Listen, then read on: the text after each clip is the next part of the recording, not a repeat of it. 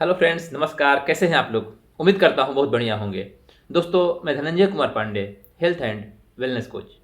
दोस्तों, हम लोग जानेंगे कि योग के द्वारा हम कैसे अपने गैस एसिडिटी को ख़त्म कर सकते हैं, जिसमें मैं कोई एक्सरसाइज नहीं बताऊंगा और कोई योगाभ्यास भी नहीं बताऊंगा। ये जो रहेगा, हस्त मुद्राएं रहेगा।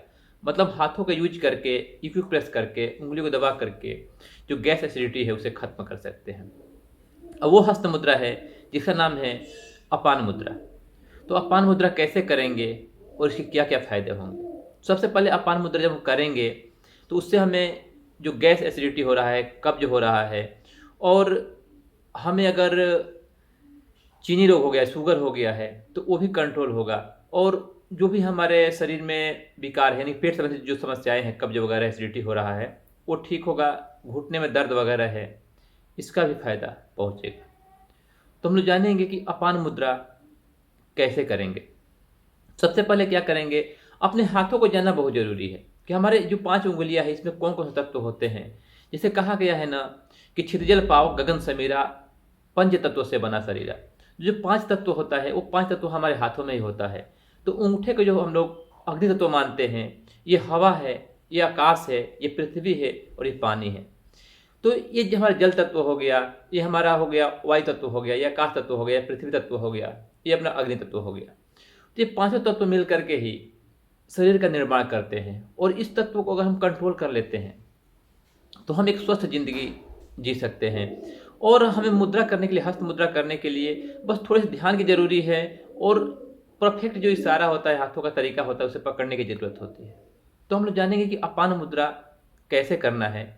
तो सबसे पहले हमारा जो मिडिल फिंगर है और अनामिका उंगली है, अनामिका उंगली और मिडिल फिंगर को एक साथ टच करेंगे अंगूठे से, यानी कि पृथ्वी तत्व और आकाश तत्व और अग्नि तत्व, इसे एक साथ टच करना है।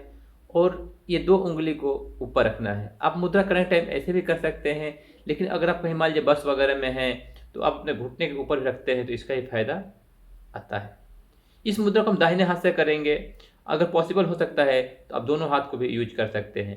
इसमें देखना है कि जो हमारा अंगूठा है सीधे तरह पे होना चाहिए, उंगली है वो भी हमारे सीधे होकर के यहाँ पे टच होना चाहिए, और थोड़ा सा दबाव बनना चाहिए। जब यहाँ दबाव करेंगे तो ये उंगली पे प्रभाव पड़ेगा। अगर दबाव नहीं करते, फ्री कर देते हैं, तो ये उंगली भी फ्री हो जाएगी, टेढ़ी हो जाएगी। तो हमें ये उंगली को सीधा रखना है, यहाँ दबाव देना है। तो क्या होगा, हमारी मुद्राएं काम करती है। तो ये अपान मुद्रा है, इसे हम यूज करेंगे तो हमारे पास गैस, एसिडिटी, घुटने में दर्द या जो भी हमारा किसी अंग में दर्द हो रहा है वो रिलैक्स होगा। जैसे आपको जब एसिडिटी लगे कि हमको एसिडिटी हो रहा है, पहले जानना है कि एसिडिटी होता ही क्यों है।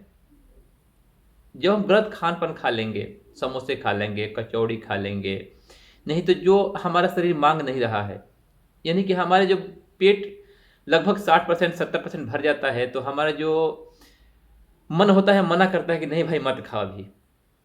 लेकिन हम लोग माइंड में क्या आता है कि अरे भाई ये जो खीर बना है ना बहुत बढ़िया है, चलो एक कटोरी तो और बनता है, तो हम लोग एक कटोरी और खा लेते हैं। आगे दिख जाता है कि अरे यार पानी पूरी भी आ रहा है सामने, उसको भी खा लेते हो। तो ये सब जो आइटम हम लोग खाते हैं जो अनवांटेड है, जरूरत ही नहीं शरीर को, तो तभी हमें गैस एसिडिटी बनता है। तो अगर उसे छुटकारा पाना है तो हमें अपने भोजन पर कंट्रोल करना पड़ेगा। और भोजन पर कंट्रोल करने का तात्पर्य ये है कि हमें अपने पेट का लगभग 70% ही खाना है। ऐसे तो बोला जाता है कि 50% खाना चाहिए, लेकिन हमें 70% तक खा लेते हैं तो चलता है। लेकिन उससे ज़्यादा खा रहे हैं तो वहीं गैस, एसिडिटी और अन्य विकार हमारे शरीर में पैदा होते हैं, जिससे हमारे शरीर में दर्द, सर में दर्द और अलग अलग जगहों पर दर्द होना चालू हो जाता है।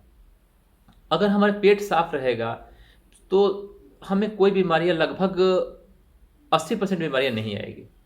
जो भी बीमारी आता है हमारे पेट की वजह से ही आता है, क्योंकि हम जो आइटम खाएंगे, जो अपने शरीर को देंगे, वही हमें वापस मिलेगा, उसी का रिटर्न मिलेगा हमें।